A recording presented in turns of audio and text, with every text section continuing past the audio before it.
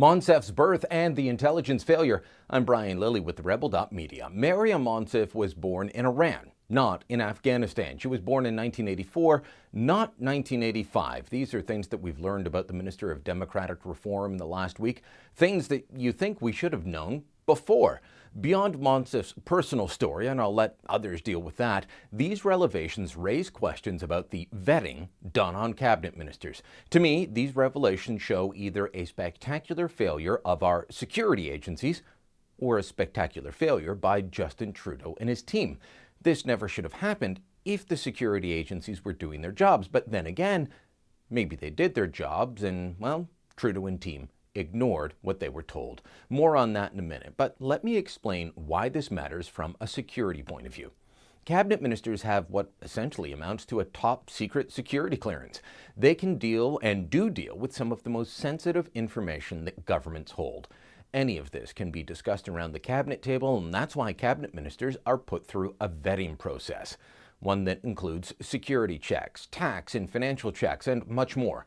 Do we want people that can be bribed due to a crushing debt that they're holding on to sitting around the cabinet table? No, and that's why financial checks are done. Do we want people around the cabinet table that have questionable ties to Canada's enemies? No, and that's why we do security checks. Now, I'm not suggesting that Minister Monsef has any of these in her background. My question is, if we can't have a security vetting that picks up that a candidate for cabinet's birthplace and birth date are wrong, how could we possibly pick up on a real problem?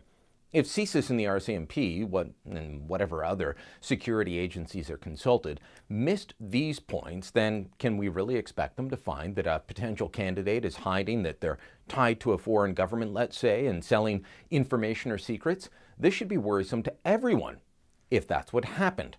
Why did it take a reporter doing a profile for a newspaper to uncover this, especially since it was apparently talked about in the Peterborough area in the last campaign?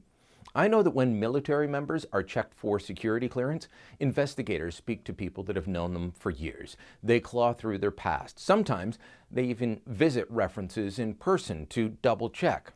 Did none of this happen with Maryam Monsef before she was appointed to cabinet? Like I said, if this is a security failure, then there's something very, very worrisome here. But the other possibility, of course, is that our national security agencies did pick up these things. They flagged them to Team Trudeau, who then ignored the information because it would look bad. It would chip away at Monsef's storyline, the one that helped get her elected. I'd love to know the truth here. I'm not sure we'll ever find it, but I'd love to know the truth. Trudeau's office claims they didn't know any of this until they were approached by the Globe and Mail. If we take them at their word, then this is only an intelligence failure, and a spectacular one at that. But I've been around politicians long enough to be skeptical. When they say it's noon, check your watch. We may never be able to find out the truth, but we should push for it. Because this is not the first problem with cabinet vetting. Hunter Tutu, when he was caught dating a young staffer and her mother, did what many celebrities do, claimed addiction, headed for rehab. He says the alcoholism that he was dealing with wasn't picked up in the cabinet vetting. That, again, would be worrisome. We A-tipped his cabinet vetting documents and got back blank pages. You can see them here. These tell us nothing about whether his claim is true, and we'll likely get back the same when it comes to Monsef and her cabinet vetting. The Trudeau government promised to be open and transparent. Well, they should start by coming clean on both of these files.